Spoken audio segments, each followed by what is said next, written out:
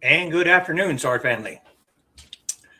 Welcome to the penultimate episode of the Teahouse, episode 99. That still just blows my mind. I've been doing this for 99 episodes already. And next week will be our 100th episode fight scene review, which I still only have 2 scenes to review, which will be really, really boring for an hour to do only 2. But I did notice in the comments that Foxy has already shared the Google Doc, which I really appreciate. So over the next week, you all have homework to do. I want a list before the beginning of next Saturday's show. And because someone decided to make this painful for me, you are allowed to put in your choices for worst fight scene as well. But I would really, really rather watch good fight scenes for most of the hour, because I don't want to look back on my 100th episode as it being a painful cringe fest for the entire time. Thank you very much. But yes, there is a Google Doc, and you should be able to, as long as you have the link, you should be able to add to the list. And as much as you can, try to keep the fight scenes in the realm of Chinese martial arts.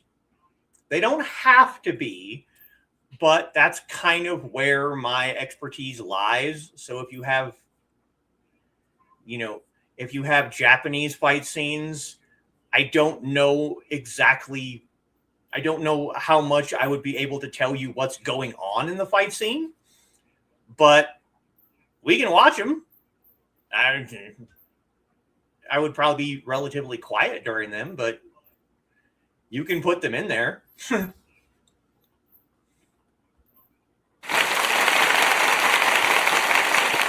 Thank you. I'm going to do something here.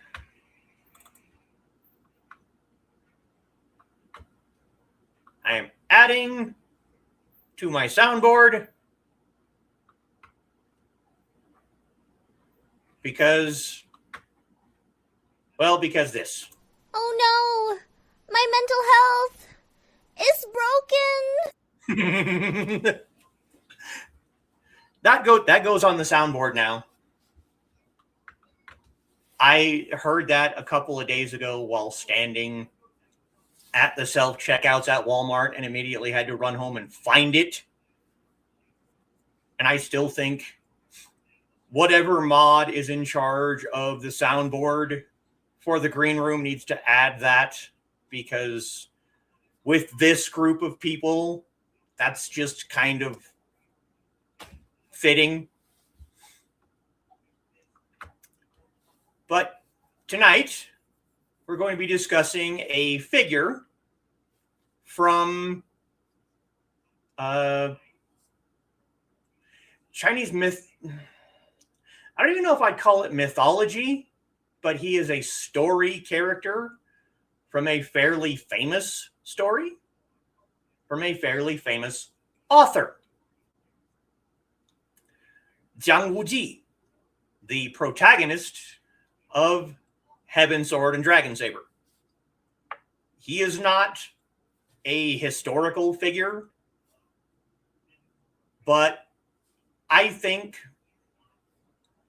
he's an interesting figure in that most of the heroes from Chinese wuxia stories are very similar in that they keep to their group, They want to stay They're loyal to their clan, to their sects. And that's sects, sects, not that other word that I know you're thinking. Get your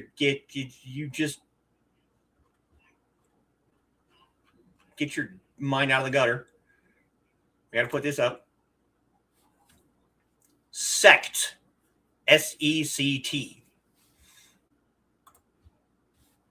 But Wújì isn't that. You know, I called him the Peacemaker because he tries to make peace with the entirety of the groups instead of just staying in his own lane. But we'll get to that when we get there. So let's go ahead and run through the comments.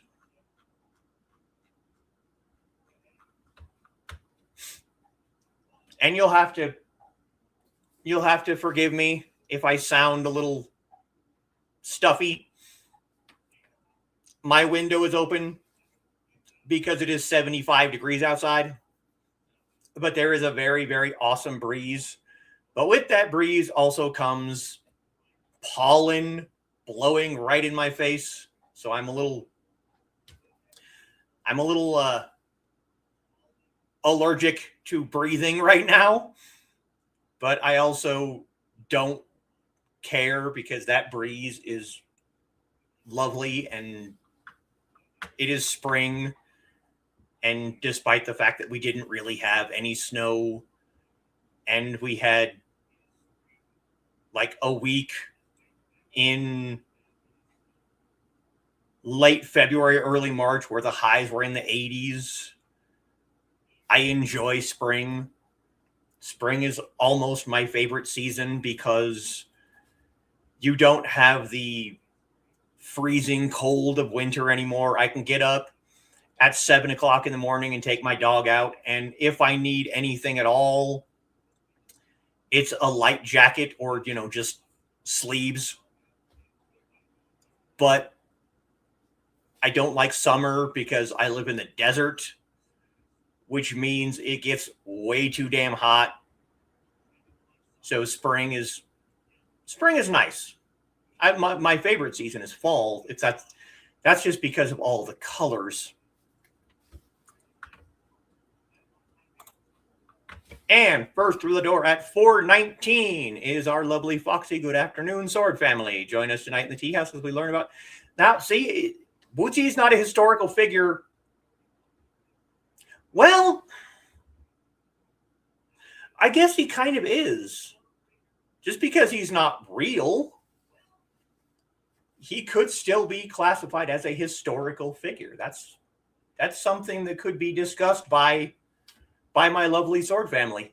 While I'm discussing this, do you think this person qualifies as a historical figure, even if he's not real? Discuss. Please remember to like, share, and subscribe. And about an hour later is Dan. Good evening. Good evening, Dan. And popping in right after Dan is our lovely Aunt Donna. Hey, Foxy and Dan. Hello, Donna. Foxy greeting all the folks with a good evening. And Dan greeting Donna. And there's my kitty with her very, very hyper. Hi. And yes, I know that's how she means it. She only says it twice, but I know that's how she means it. It's very hyper high. Foxy greeting Kitty, and Donna greeting Kitty, and Indigo says hello. And Ruby is joining us with an evening, everyone. Hello, Ruby. Having tech problems. Hope to have my fight scene chosen as soon as I can figure out the tech problem. All right. That's cool.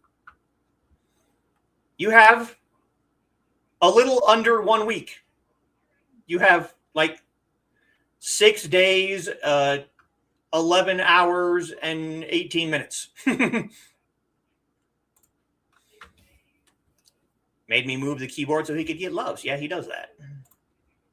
Greetings to Ruby. Greetings to Inigo. He's been getting all the pupper love today. Hey, Ruby, how's it going? Inigo has been nicely cuddly today, squashed me a few times, and is being super affectionate. And there's Carl with a hello. Hello, Carl. Going. I don't have any fight scene chosen yet, but Kitty and I will work on it this week. Okay. Do we have somewhere to send the fight scenes? Yes. I made the Google Doc last Monday. I think I made it after my game stream, and then I posted it to Facebook.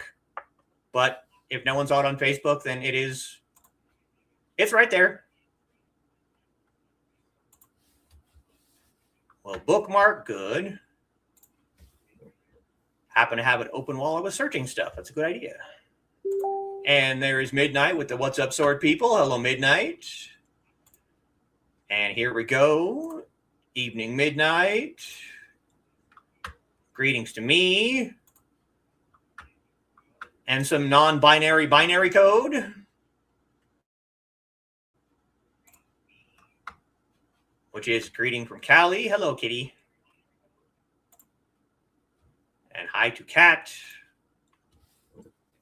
Put at least one serious one as well. You better, because so far the only person that's actually sent one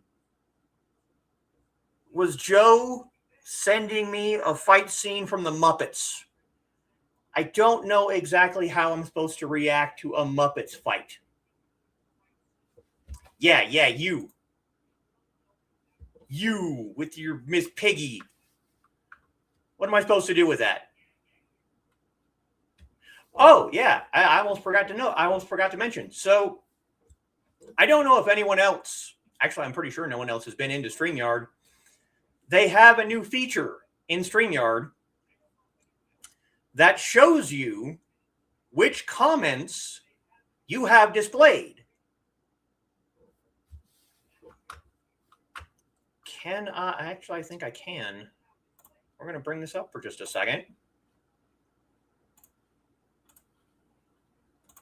We're going to have some screenception here for a second, but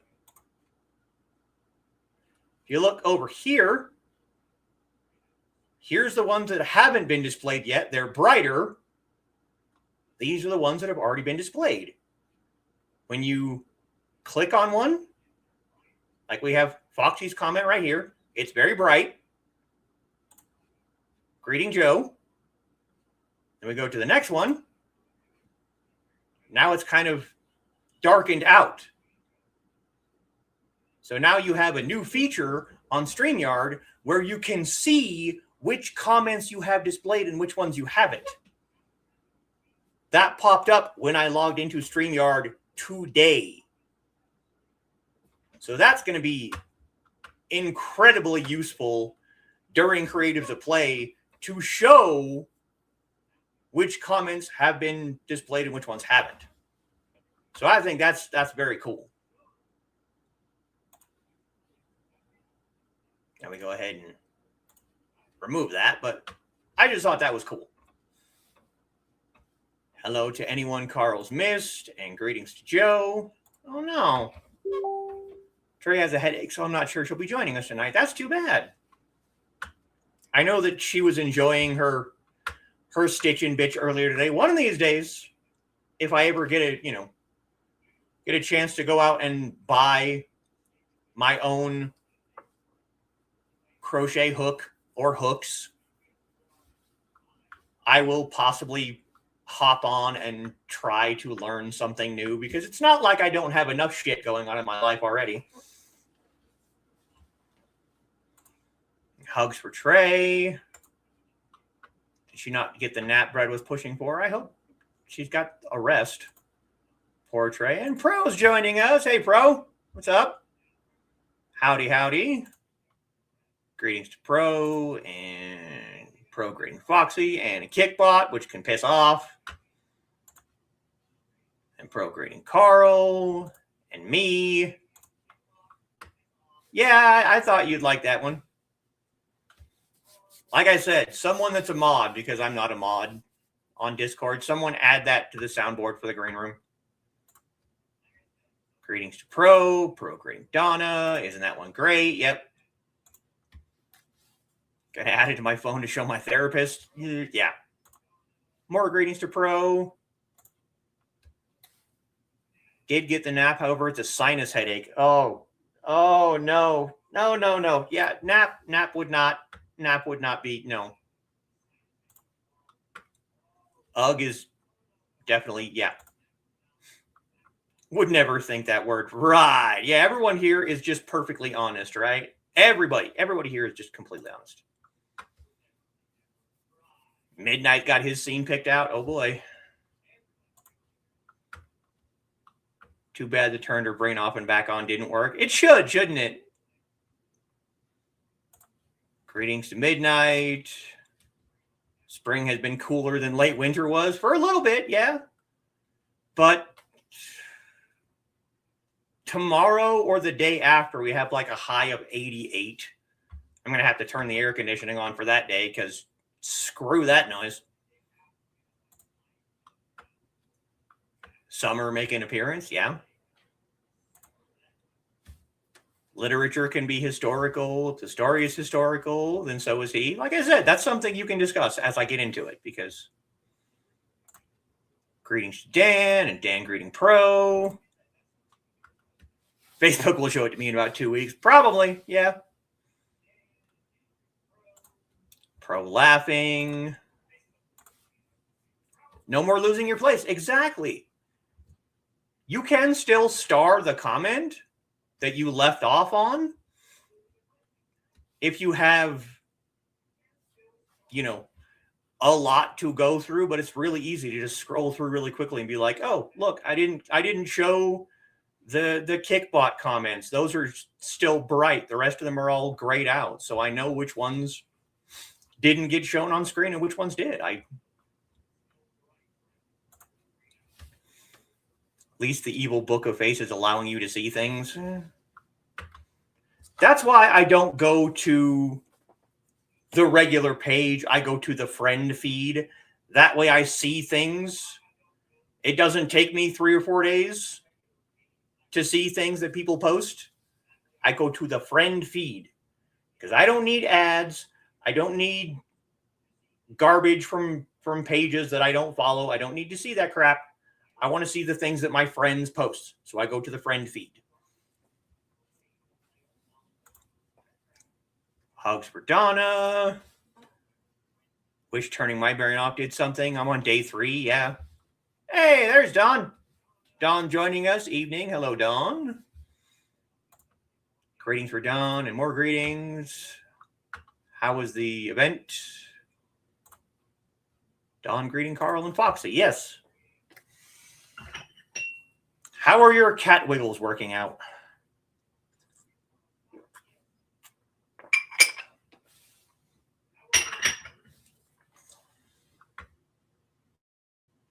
More greetings. Ran into a couple of friends that hadn't seen Ted for a bit. Nice. Wiggles be wiggling. Okay. Yeah. Nope. All right. So, Zhāng Wújì is the protagonist of Heaven Sword and Dragon Saber by jiānghú. Or, if you want to anglicize, Louis Cha. Heaven Sword and Dragon Saber is kind of a spiritual sequel to Legend of the Condor Heroes. It is part of the Condor trilogy, which is Legend of Condor Heroes, Return of Condor Heroes, then Heaven Sword and Dragon Saber. It was first published in a Hong Kong newspaper from July of 1961 to September of 1963. The novel was revised in 1979 and then again in 2005.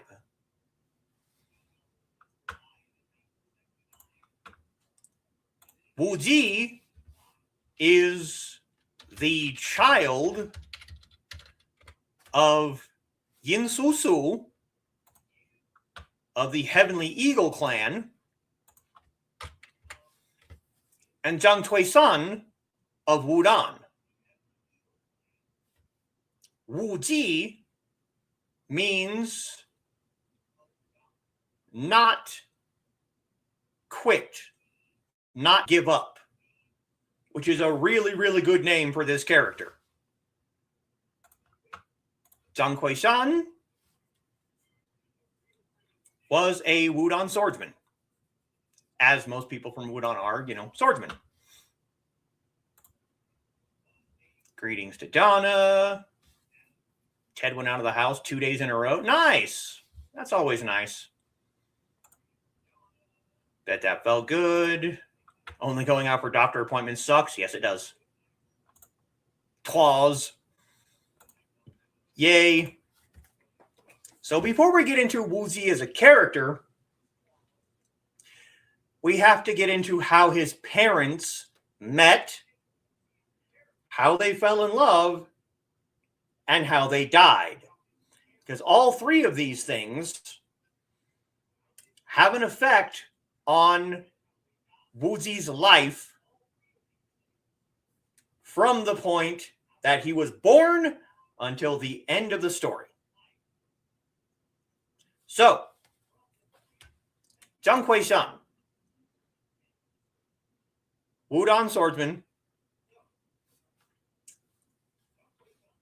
The title of the novel, Heaven Sword and Dragon Saber, are about two famous weapons in the jiānghú. Now, the jiānghú is the world of martial arts. It is a term in wuxia novels for the fighting world. The clans, Wudang, Shaolin, Heavenly Eagle, that is the jiānghú. The Heaven Sword has been found. The Dragon Saber at the beginning of the story was recently found. The Heaven Sword has been around for a while. And the legend about these two swords is that whoever controls the Dragon Saber, controls the jiānghú.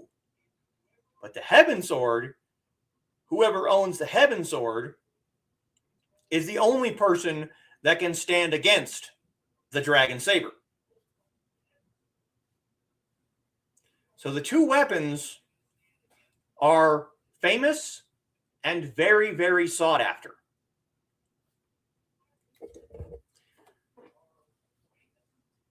Yin Su's clan, the Heavenly Eagle clan, has the Dragon Saber.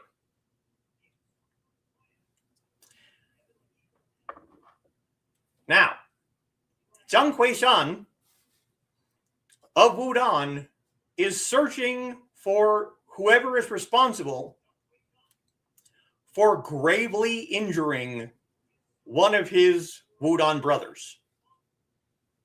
The guy shows up at Wudang with all of his limbs broken and close to death. So Xian goes out searching for who injured his sword brother. And he comes across Yin Su.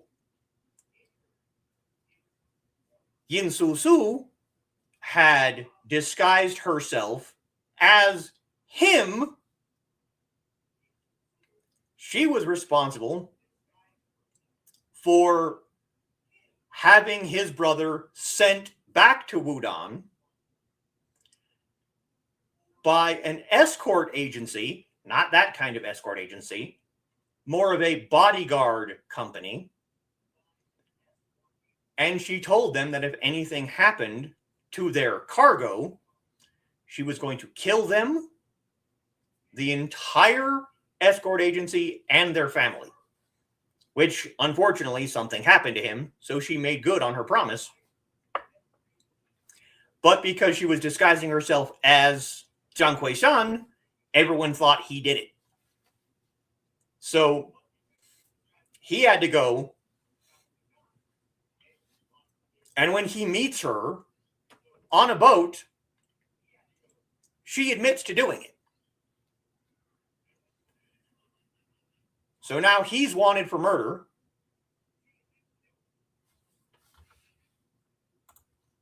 Nice. Think that's Inigo for Go Ted. Yeah, that works. What are you laughing at? He goes to Heavenly Eagle clan headquarters where they're showing off the dragon saber. And Xie Xun, the golden-haired Lion King, shows up. He wants the dragon saber.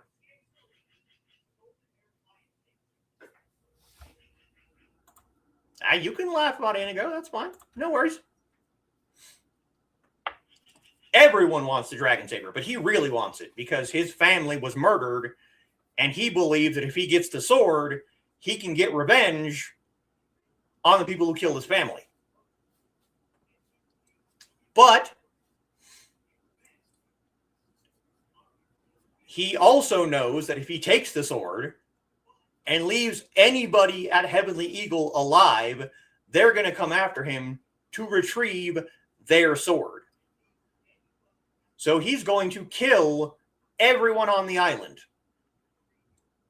But Zhāng Wújì is there. And he says, hold on. I'm going to challenge you to a duel. And if I win, you have to give me one wish. Xie Xun's like, you're not going to win. No one can beat me. So he agrees to the duel. Zhāng Wújì, knowing there's no way that he can beat Xie Xun in an actual fight, challenges him to a calligraphy duel. Which, of course, he wins. And his one wish is don't kill the people on Heavenly Eagle Island. You can't kill them. So Xie Xun agrees. He's like, I lost, so I'm not going to kill them. Instead, he uses his lion roar ability to make them all deaf, mute, and insane. Then he takes Zhāng Wújì and Yin Su Su on his boat. Wújì and Su Su believe they're going back to the mainland. They're not. Xie Xun is taking them to his personal island where he can learn the secret of the dragon saber to be able to get revenge for the people that murdered his family. Wújì, during the night, tries to get Su Su to agree to attack Xie Xun, and the two of them work together to not necessarily kill him, but at least incapacitate him enough that they can take the ship and go back to the mainland. Doesn't work because Wújì had just previously excoriated Su Su for using poison darts and using unorthodox techniques. So she is not terribly helpful in that moment. But at this point, she is very much in love with Wújì, which he is completely oblivious to. But when Xieshun is about to kill Kuei-shan, she throws a couple of darts into his eyes and blinds him. He can't see.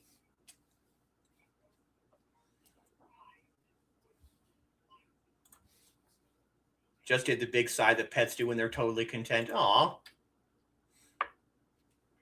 That night, there's a big storm because he is now blind. He can't steer the ship. The ship gets hit. Yeah, really nice people in the story. I know. Like I said, this is all important to Wúji's personality later on.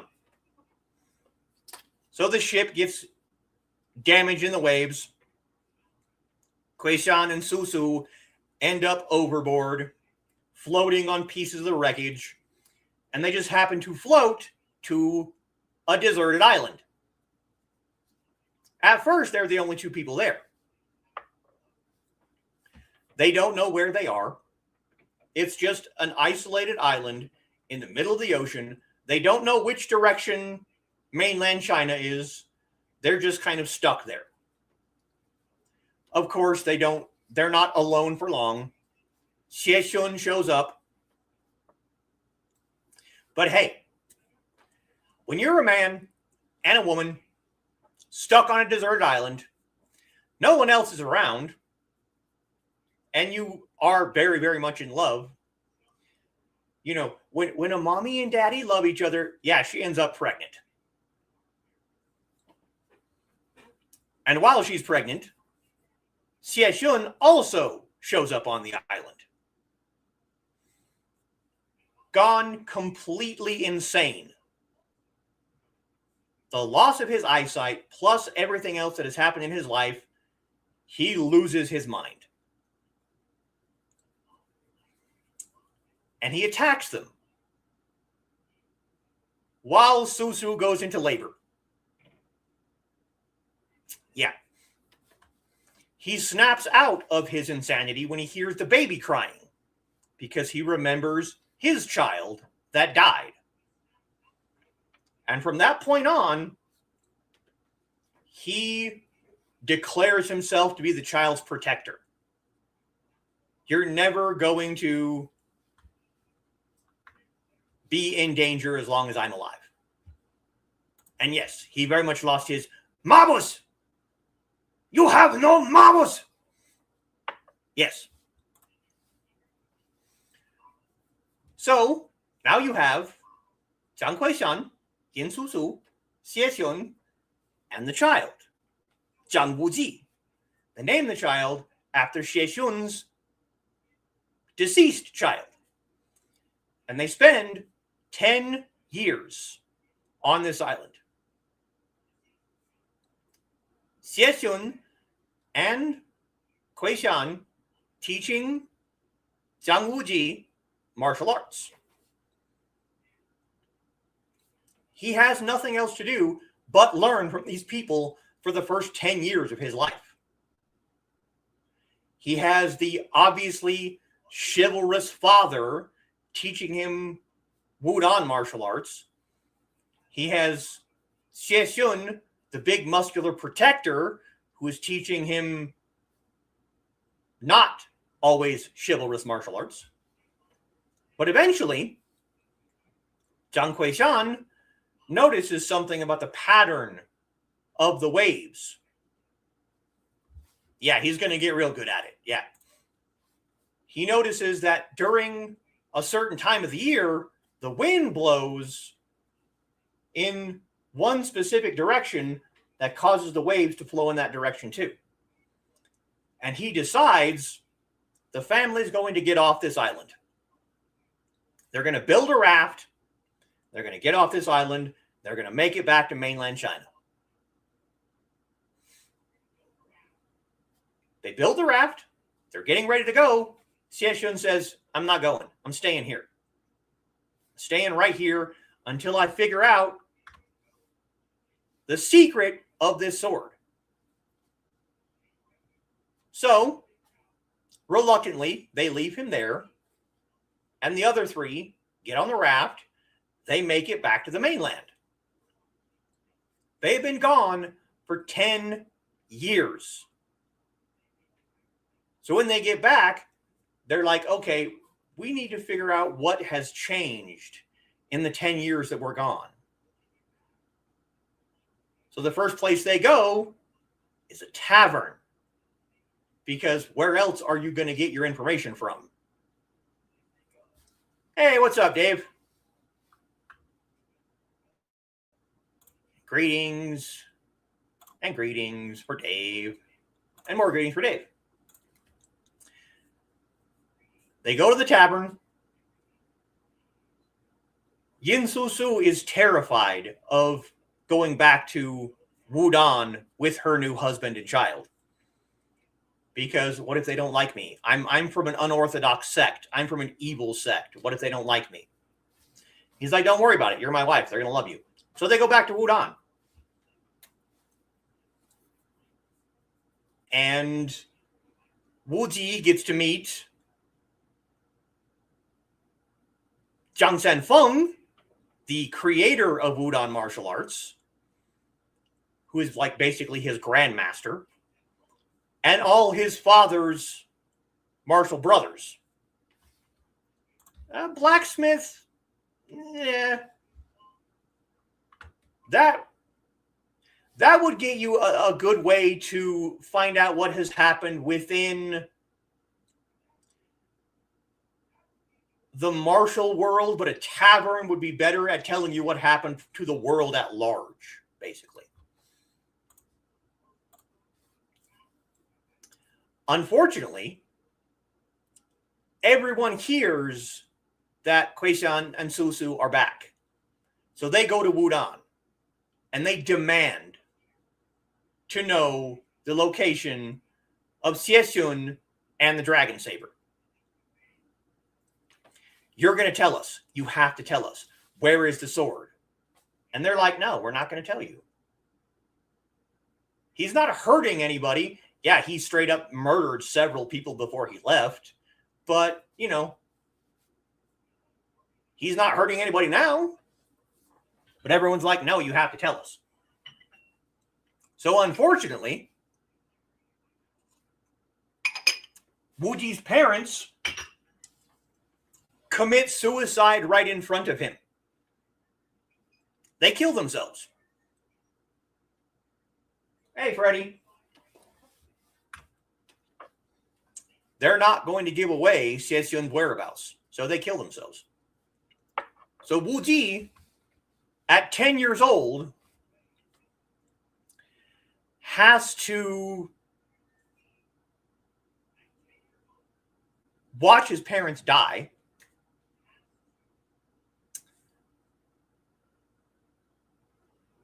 After spending the first 10 years of his life with only them. Then he has to spend time with Zhang Sanfeng and all of his father's martial brothers. But they all bond over grieving the loss of Zhang Kuei-san. Then the child is kidnapped and poisoned. He doesn't die, but he is afflicted with a poison. He is then rescued, obviously, by Wudon.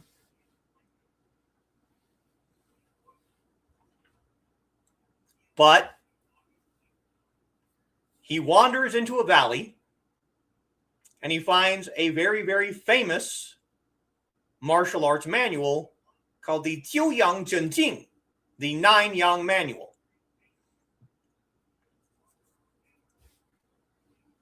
He masters the skills in this book and uses them to heal himself of the poison.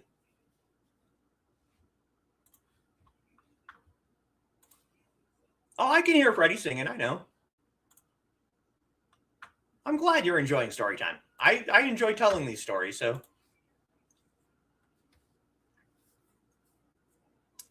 Later, and this is where the Peacemaker comes in. There is a group called the Ming Cult. The Ming Cult were allies of the Heavenly Eagle Cult. And they are both considered unorthodox sects. Wow. Whereas Wudang and Shaolin, they are all orthodox sects. So the Ming Cult are the bad guys, but they're really not. They're not, I mean, they're not great people, but they're not evil. So Wújì takes it upon himself to stop the war between the 6 orthodox sects and the Ming Cult. The Ming Cult is hell-bent on destroying anything that they don't consider to be orthodox. So the 6 orthodox sects are like, we're going to go destroy this group because they're not orthodox sect. They're evil. They're really not. But he takes it upon himself to be like, no. You orthodox people, you have done worse things than the Ming Cult did. The leader of Mei murdered a woman that was her apprentice just because she fell in love with another man that wasn't her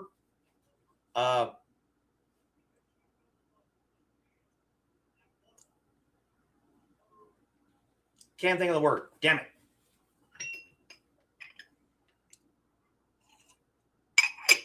Her husband was chosen for her as a child. I can't think of the word, but yes. So she falls in love with another man that's not her husband. She has a child.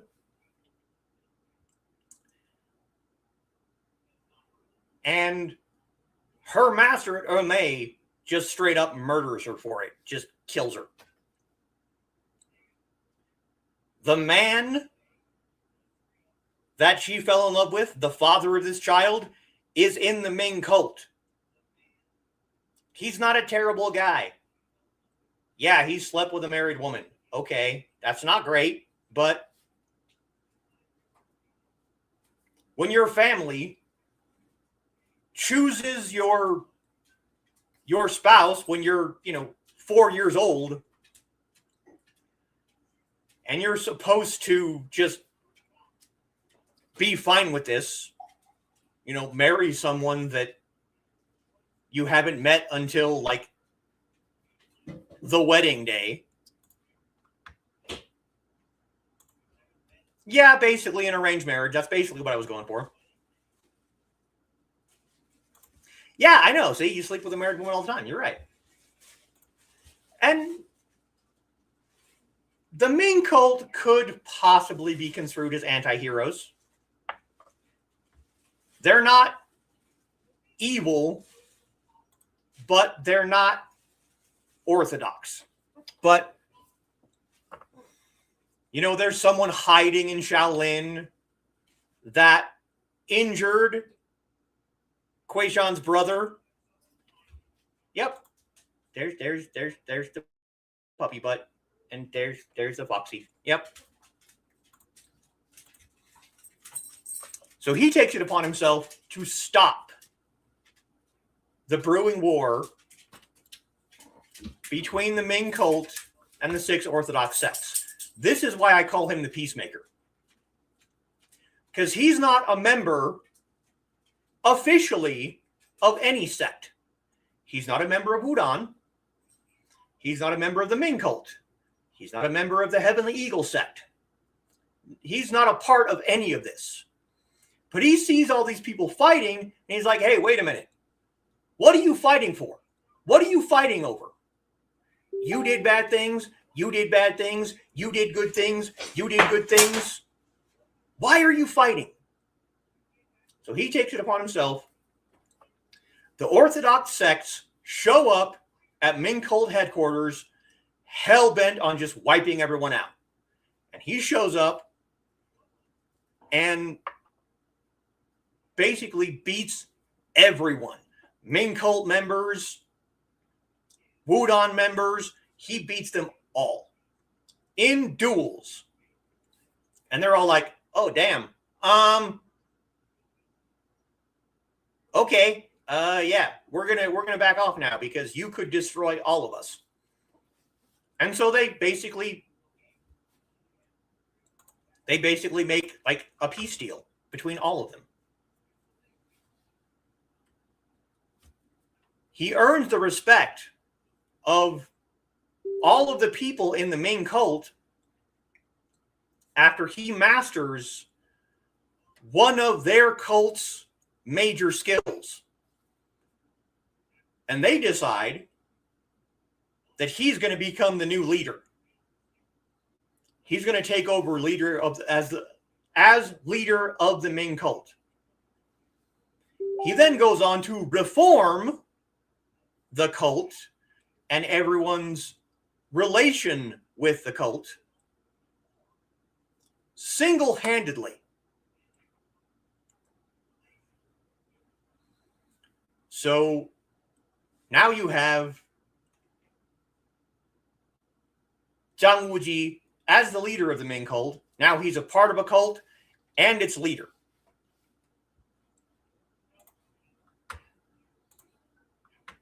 Yeah, don't tug on Superman's kimono. Don't piss off Zhāng Wújì because he's a scary dude. Now we have to get into the romantic entanglements of Wújì because this man did not have the best luck with women. Not even a little bit. His father falls in love with a woman from an unorthodox sect, marries her and has a kid. Zhāng Wújì ends up in a relationship with 4 separate women. 1, 2, 3, 4. 4. So first, we have Yin Li, Xiao Zhao, Zhou Jieruo, and Jiao Min. Now, Yin Li turns out to be a cousin. And even though during this time period, cousin marriage is not really that bad, Yin Li loves the teenager and not the grown man. So that doesn't work out. Xiao Jiao was a member of the Ming cult, but from their Persian sect. And she decided to go back to Persia to take over as leader of the Persian Ming cult. So that leaves Zhou Jieruo and Jiao Min. Zhou Jieruo is a complicated character. I could probably do an entire show just on her. She is a member of Mei. Mei, because of their leader, hates anyone related to the Ming cult. All because of Mei's master having an apprentice that had a child with someone in the Ming cult. That's it. That is the only reason that Mei hates the Ming cult, is because of one person. The leader of Mei murdered an apprentice for having a child with someone in the Ming cult. So Zhou Jiruo is a member of Mei. Her master comes up with a plan to seize the Dragon Saber and the Heaven Sword by exploiting Zhāng Wúji's feelings for the apprentice. Mei already has the Heaven Sword. They want the Dragon Saber.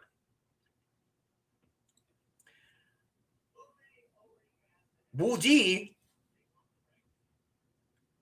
is very much in love with Jiruo, and she very much does love him, but she loves her master and her sect more. Like I said at the beginning, in Wuxia, people in the jiānghú, people in the Wulin are loyal to their sect. If your sect hates another sect, you have to hate that sect too. So if Mei hates the Ming cult, even if everyone in the Ming cult has completely reformed, doesn't matter. Mei hates the Ming cult. And because Wújì is the leader of the Ming cult, they are enemies. So, Jiruo, while Wújì is sleeping, kills the woman, steals the Dragon Saber, and runs off into the night, attempting to blame the murder on Jiao Min, the other woman that Wújì loves. She is a Mongolian. And at first, Wújì believes that Jiao Min murdered this person. Jiao Min is a Mongol princess. They used to be enemies because she kept taking his plans to improve the Ming cult relations and just destroying his plans. They start off on opposing sides, but gradually fall in love, and eventually Jiao Min turns against the Mongols to help Wújì. So Wújì loves Jiao Min, Wújì loves Zhou Jiruo. Zhou Jiruo steals the Dragon Saber, runs off, killing someone. She hands the Dragon Saber over to her master. Then she returns to marry Zhāng Wújì.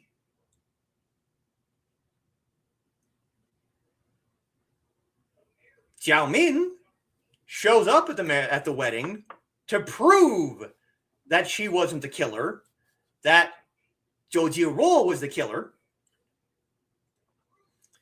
Wújì sides with Jiao Min. Wújì says, no, she's not lying, you're lying. So, of course, Zhou Jiruo turns against Zhāng Wújì and runs off. You find out that the secret of these two swords is that they can only be used against each other. If you clash the swords together, they shatter. And inside the swords are two parts of a plate.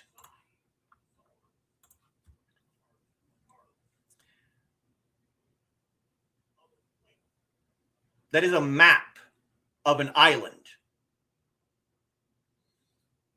You find the island, you use the two plates, and you find a military treatise, the Nine Yang Manual, or the Nine Yin Manual, which is, to go against the Nine Yang Manual, and the manual for the 18 subduing palms. So you needed these swords to fight against each other, to find the map, to find the manuals, to be able to have the skill to take over the jiānghú.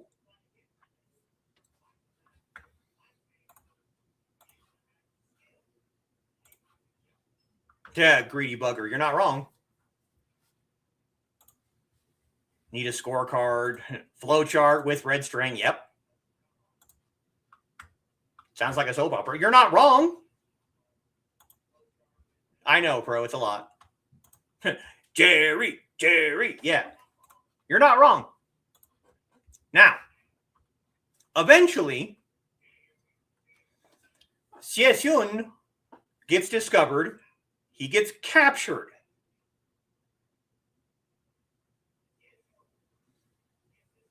Zhāng Wújì goes and saves his uncle and exposes the whole truth behind why there is a conflict between the Ming cult and the Orthodox sect.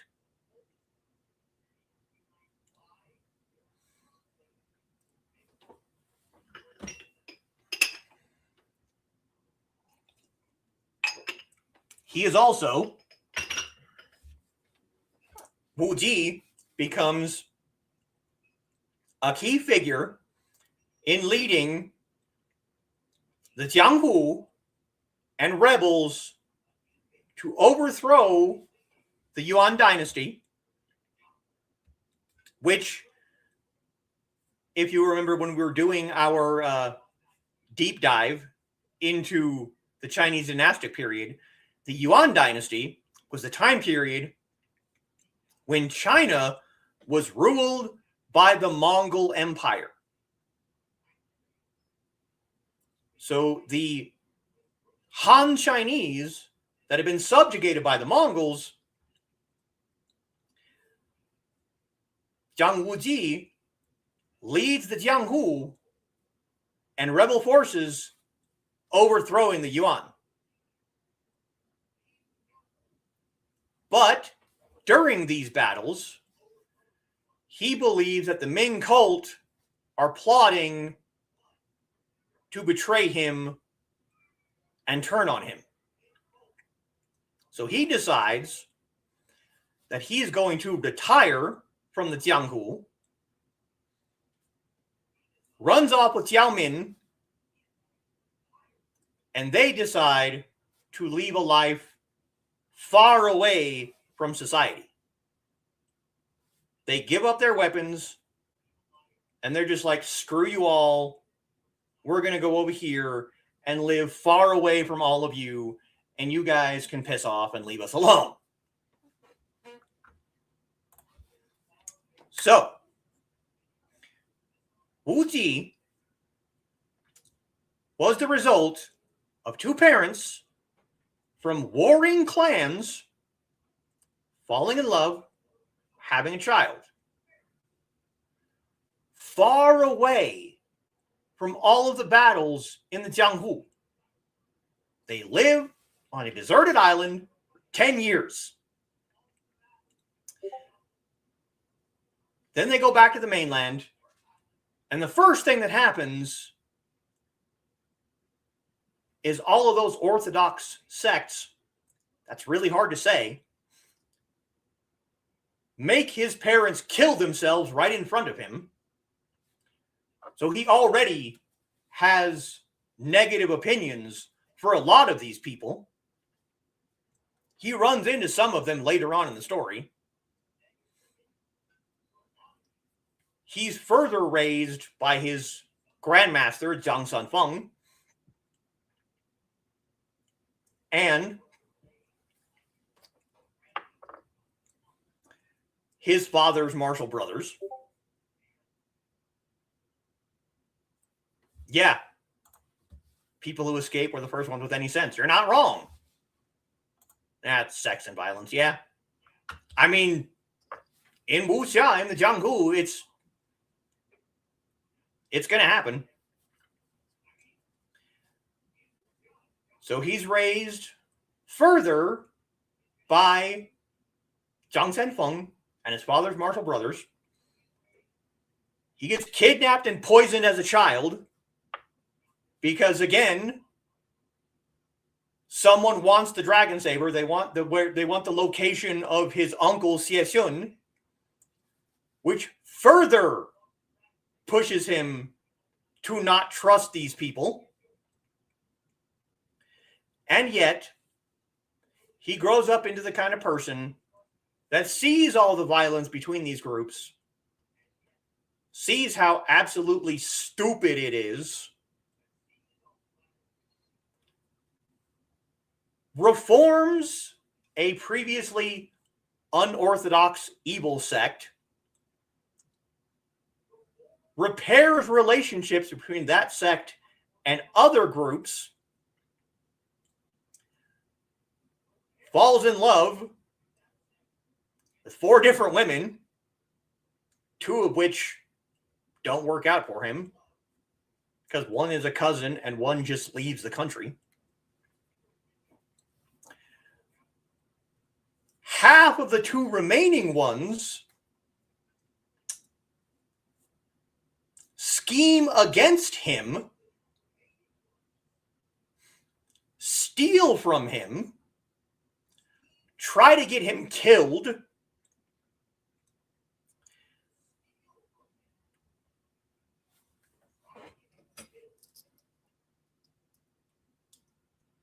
and yet, at the end,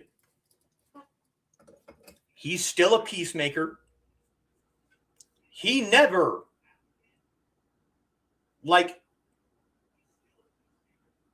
becomes an adversary to Mei, despite the fact that Zhou Jiruo becomes leader of the Mei sect after her master dies. He's never like, I hate you because of what you did to me. No.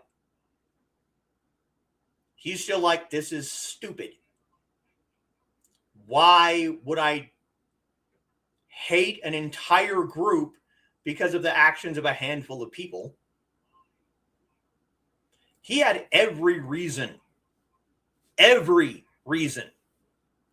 hate Zhou Jiruo and the Mei sect, because all of the apprentices of the original master all helped Zhou Jiruo in stealing the dragon saber from him. And the entire Mei sect hated the Ming cult because Zhou Jiruo's master hated the Ming cult. And why did she hate the Ming cult?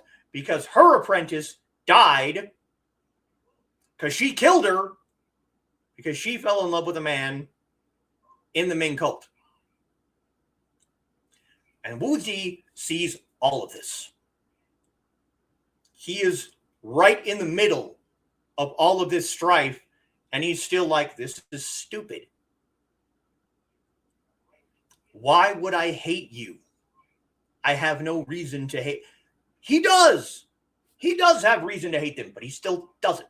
He's still like, I'm going to go over here now. Because Mei and Shaolin helped him overthrow the Yuan dynasty. They fought alongside him. Even after all of the other crap that they did to him, he's still like, I'm going to lead you in this fight because we have this enemy over here. This enemy is against all of us.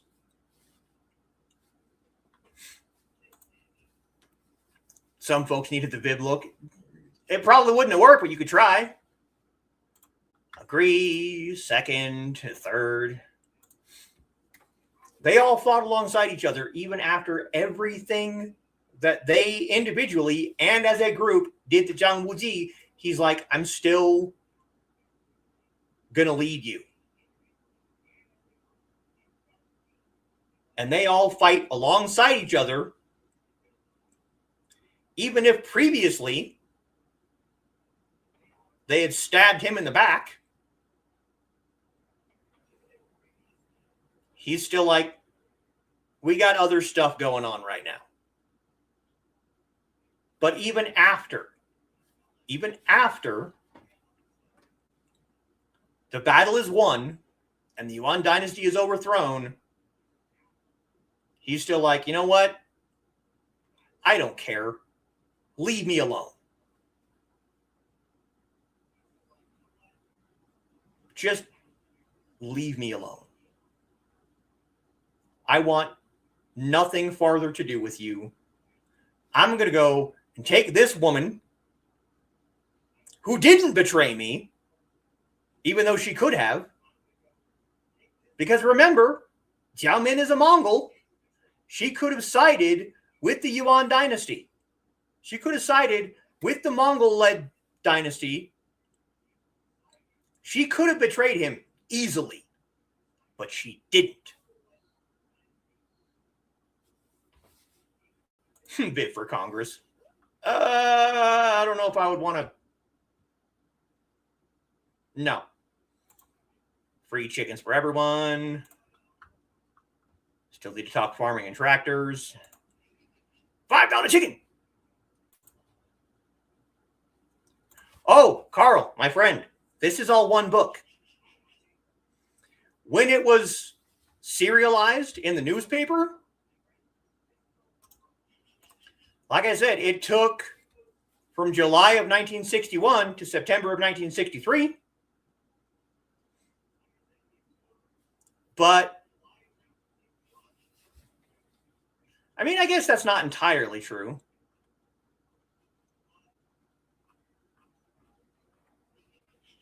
I know that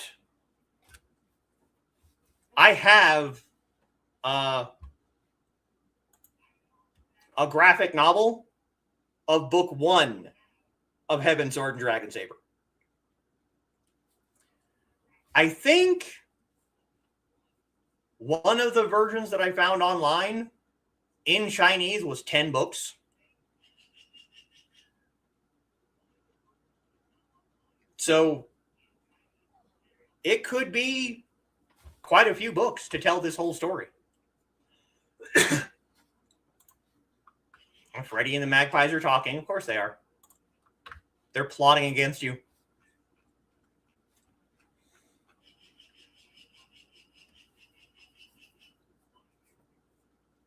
Zhāng Wújì was the Peacemaker. He saw all of this stuff happen during his formative years when he was still basically a child, saw all these people fighting, and just was like, why? Why are we doing this? What is the point? Why are we fighting? There's no reason for us to fight. There's reason for interpersonal, individual people to not like each other, but your sect hates my sect because your master killed an apprentice because that apprentice fell in love with a man from my sect. This is dumb. There's no reason for us to hate each other. Just thinking about the scrolls and collections when it was hand-drawn. Yep. Why would they plot against you? Because cats plot against everyone. And birds would just plot with the cat for the chaos. But there is a reason why I decided to do this show on Zhāng Wújì. Because, again, going to bring this up. The reason that this is called the Teahouse, because it was seen in the Jet Li movie Fearless, where Jet Li's character, Zhāng, is talking to a Japanese fighter that he's going to be fighting the next day. And Zhāng basically says that martial arts don't judge themselves. The people judge them. In the same vein, sects in the jiānghú are not at war. The people are at war.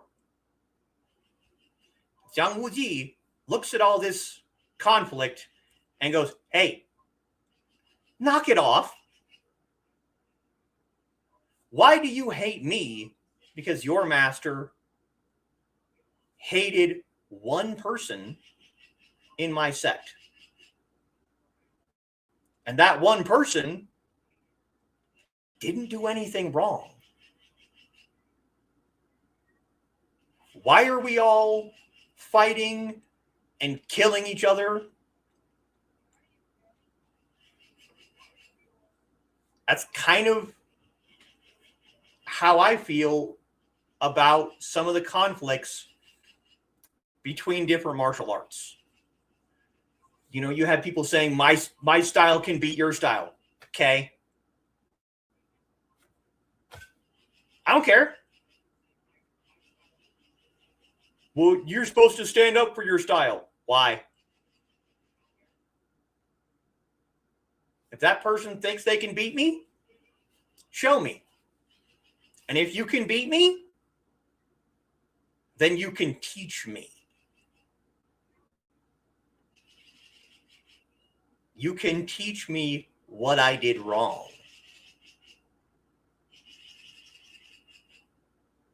You don't need to constantly be fighting amongst yourselves, fighting against different groups of people. It's stupid. Earlier this week, and I was going to do a short video on this, and I just couldn't find time to do it. Earlier this week, my interview with Paul Coffey went live. And one of the questions that Paul asked me was, how do you convince a nonviolent person to speak in the language of violence?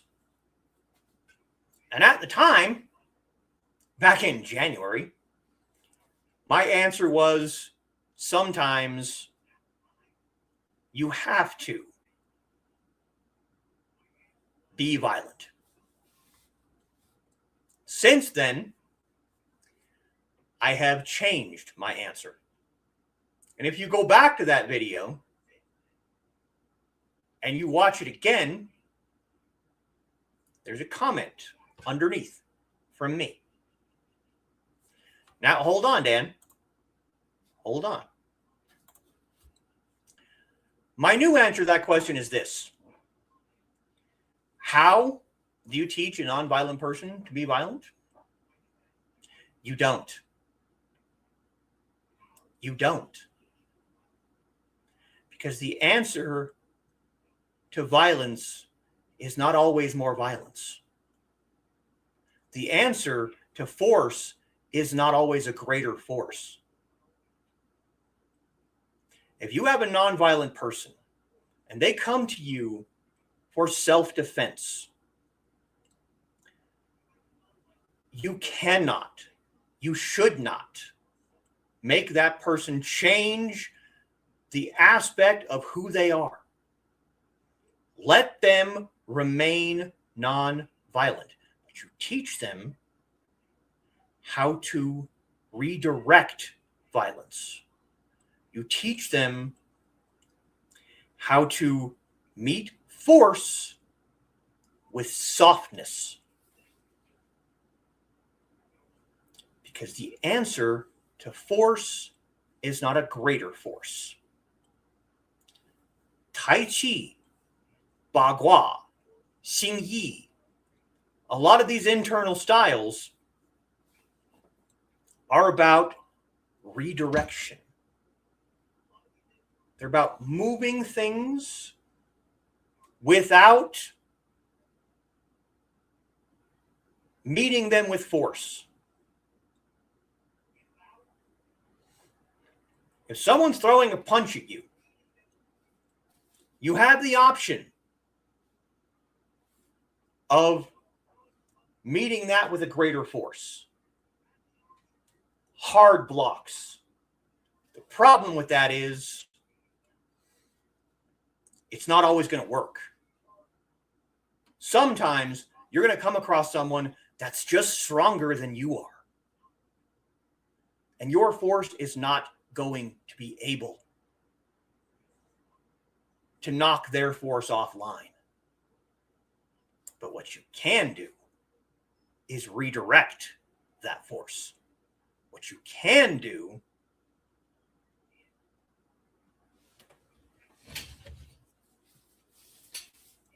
is meet force with softness.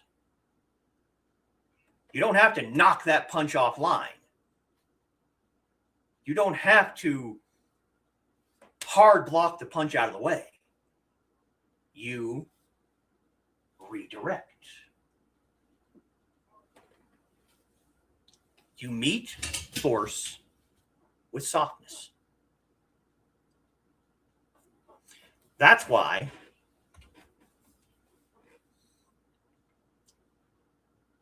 are you having fun, Kickbot?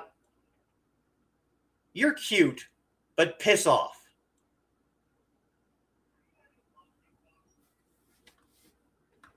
Yeah, maybe his mom's off camera. Yeah, you're funny. Go away. Apparently the magpies are chasing the other neighbor's cat. Oh, Brian? Brian out there? That's cool. So, I chose Zhāng Wújì because his philosophy is very similar to my own. His philosophy was, I'm not going to meet force with force. I'm going to take what I learned and I'm going to teach these people that just because people in the past hated each other, just because people in the past fought against each other, we don't have to. Now, next week, we have our 100th episode. You have the Google Doc. Go out, find me some fight scenes so that I can review them next week. Until then, I'll be back on Monday for my usual Nine Dragons game stream. Might make an appearance on Creators of Play on Wednesday night over on the Indie channel. And if not, I will be back right here next Saturday for the 100th episode of the Teahouse. Now, I want to remind everyone that after next Saturday, after the 100th episode, taking a break for 2 weeks. I'll be back in June with season 2. We're broadening the scope to more Asian focused instead of just Chinese. I look forward to seeing. Yeah, go ahead, Joe. Have fun. I look forward to seeing everyone next time. And again.